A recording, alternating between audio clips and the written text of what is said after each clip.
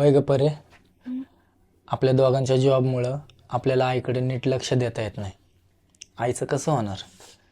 आपण तिला वृद्धाश्रमात टाकायचं का? म्हणजे तिथं तिची नीट काळजी पण घेतली जाईल आणि ती तिथं नीट पण राहील आणि आपण अधूनमधून तिला भेटायला जात जाऊ. अहो, पैसे कमवल्या तर पूर्ण आयुष्य पडलंय, पण आईंचा आशीर्वाद, त्यांची सोबत, त्याची किंमत ह्या पैशांमध्ये नाही मोजता येत.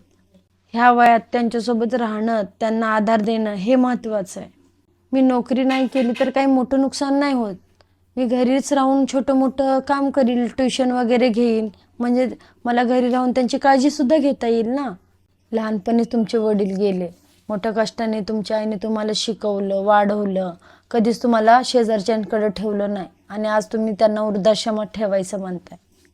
तुम्ही काही म्हणा, आई आपल्यासोबतच राहतील अगदी आयुष्याच्या शेवटपर्यंत. देवा, आजपर्यंत मी तुला दोष दिला की मला मुलगी नाही दिली, पण तू आज मला सोन्यासारखी सून दिलीस मुलीच्या रूपात. तुझे मी किती आभार मानू.